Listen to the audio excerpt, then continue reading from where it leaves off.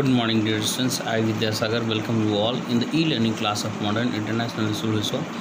I am going to start subject history of Standard 8, and this is fourth visual lecture on my topic, Chapter 4, Tribal Decoys and the Vision of the Golden Age.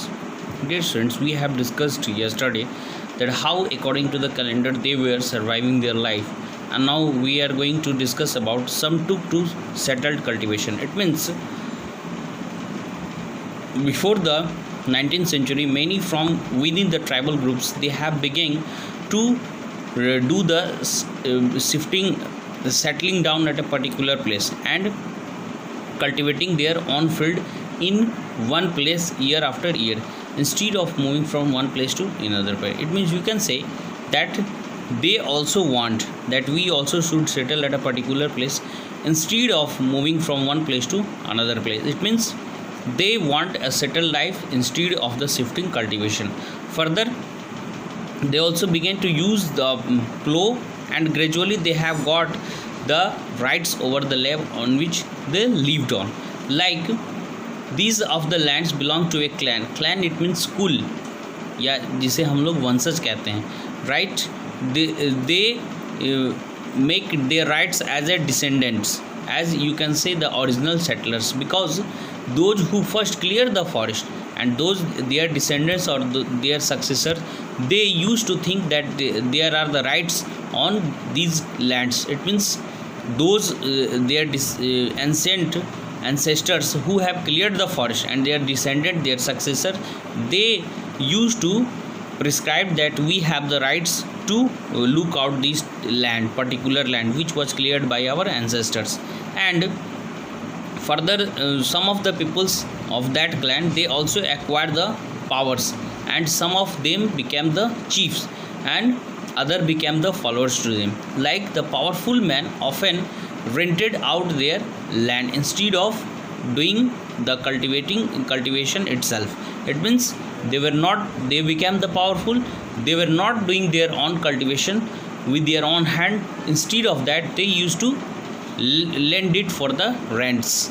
And British official, they saw that like the groups of Santhals and the Gonds, they were some more civilized, and they were more fast in hunting and gathering, shifting cultivations. So they lived in the forest and they were considered to be wild and savage. They needed to be settled and civilized. It means those settlers like the Gonds and the Santhals, British considered that these are some more civilized than the others, the other tribal groups. Like how did the colonial rule affect the tribal lives? It means what happened to the tribal chiefs. It means, as we know that these tribal chiefs, they were acquiring their power, and they were also commanding the particular clan, or they were also commanding the particular village which was settled, and it all was controlled by a particular clan. And they also used to enjoy the certain economics powers and administered and control the particular territories. But in some places they also had their own police and decided on the local rules and the forest management. It means all it was controlled by a particular clans, or you can say the chief of the clans, it was controlled by them. And further, they also allowed to keep their land tiles over a cluster of village and rent out lands. But after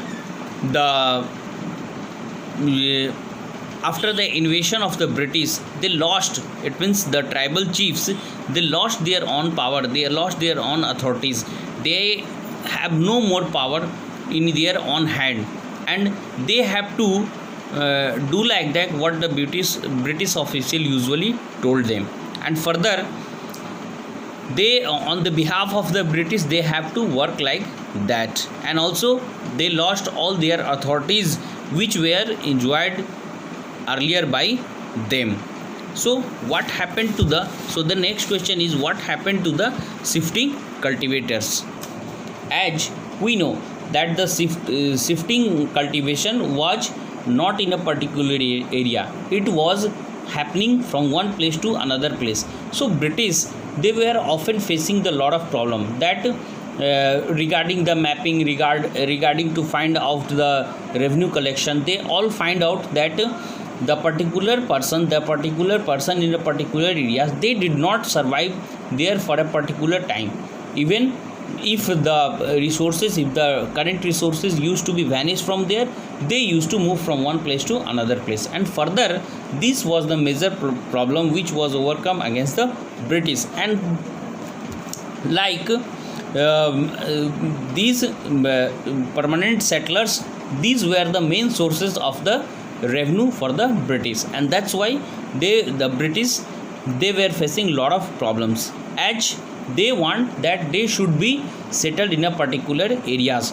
But this was very hard for them, as when they want to settle them and they have applied some forces, then in order of that, it was happened that they have protested against it.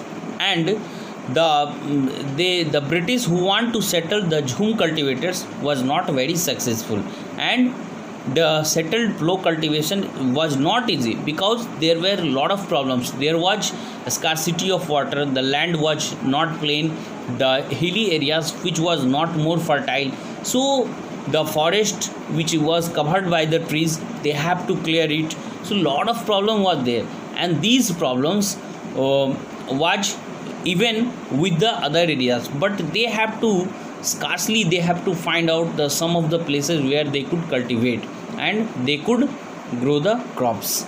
As the jhum cultivators in the northeast India, as you know, the northeast areas, these are full of the hilly areas, and very scarcely we can find out the some of the areas where you can cultivate. And like these, the facing the widespread protesting, it means along with the all tribals groups, the British, they were facing the problems. The British had to ultimately allow them to ride on the carry shifting cultivation in some part of the forest. As British, when they have conquered, they think that these forests are our own resources, so they don't want that even any other person could harm them, because these all was the authority under the British, and so they don't want that it should be occupied by others, so they don't want to bound them within a limitation, and that's why they have protested it against the British. Okay dear students, read the paragraph and keep watching. Thank you.